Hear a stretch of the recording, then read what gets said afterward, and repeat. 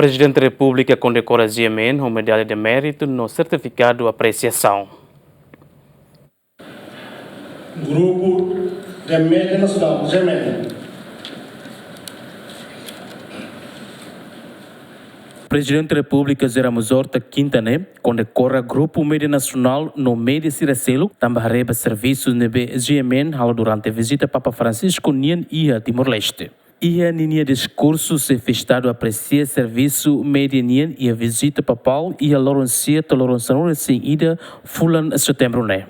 Hanoi e a presidência ita Tengaré reconhece o incentivo à mídia sirenave, claro, balão e a recursos baraplio, né? Mas balão privado. Balão nem privado, é uma mesa aqui da cara, na rua, na Tolo, e a fatem uma ruma, ao bateu na, se ele batem, né? E vai se ele fatem o admira, né? O cinema que sai informação será impactful, mas vê se dá serviço a rua aqui da rua, mas nem tecnologia moderna é importante ali, jornalista a técnica, a criatividade e espírito sacrifício também, dificuldades lá. E é duro, mas que a presidência minha reconhece. Diretor-Geral de Jemen, Levida Costa Serrano, agradece o reconhecimento do Estado União de Jemen e serviço durante o serviço público e informação no programa Sira. E a memória se Lori Jemen Tomak Ninara, equipa Tomak Jemen Ninara, agradecemos para a sua excelência presidente para a condecoração da NE.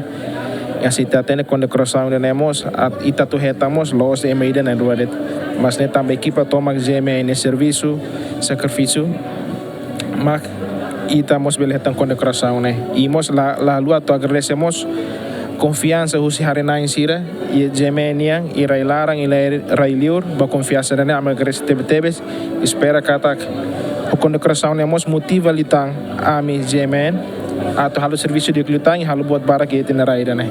E a visita pontífice mai Ásia no Oceania, Jemen e cobertura a roqueira suscipapa viagem no Vaticano na Indonésia, ba Papua Nova Guiné, ma Timor-Leste no ba Singapura. Grupo Média Nacional mostra nessa média privado, desde o lançamento televisão e itinerário Rua São Rito e aqueles on serviço a mútuo com a Igreja Católica, onde a transmissão direita ba missa dominical no missa Sira e a Loron Boat Sira. Jemen mostra durante ne cria programa Sira o conteúdo religioso onde contribui à bela fé católica. Agostinho da Costa, Jemen.